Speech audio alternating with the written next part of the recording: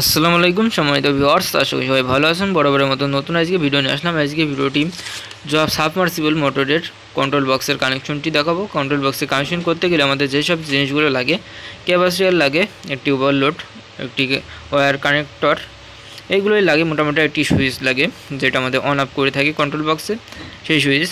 এবং মোটরের 4টি তার থাকে, 3টি হলো আমাদের কাজে লাগে এবং একটি বডি আর্থিন সরাসরি আমাদের নিউট্রাল লাইনে চলে যাবে। এবং 3টি তার আমাদের একটি কমন, একটি রানিং এবং একটি স্টার্টিং।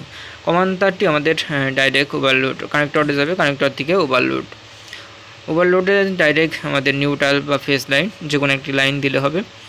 এবং 2টি তার আমাদের আরও 2টি তার থাকছে সাবমার্সিবল মোটরে, সেই 2টি তার আমাদের কানেক্টরে যাবে আগে, রানিং এবং স্টার্টিং তার। এবং ওখান থেকে কানেক্টর হয়ে রানিং স্টার্টিং তার যাবে আমাদের ক্যাপাসিটারের রানিং পয়েন্টে আমরা যাবে ফেস লাইন, অর্থাৎ ফেস লাইনটি আমরা সুইচে দেবো আগে, সুইচ থেকে আমরা ক্যাপাসিটার দেবো। এবং সে ওভারলোডের কানেকশন নিউট্রাল সেই সুইচে নিয়ে আসতে হবে, সুইচ থেকে ওভারলোডে নিয়ে যেতে হবে।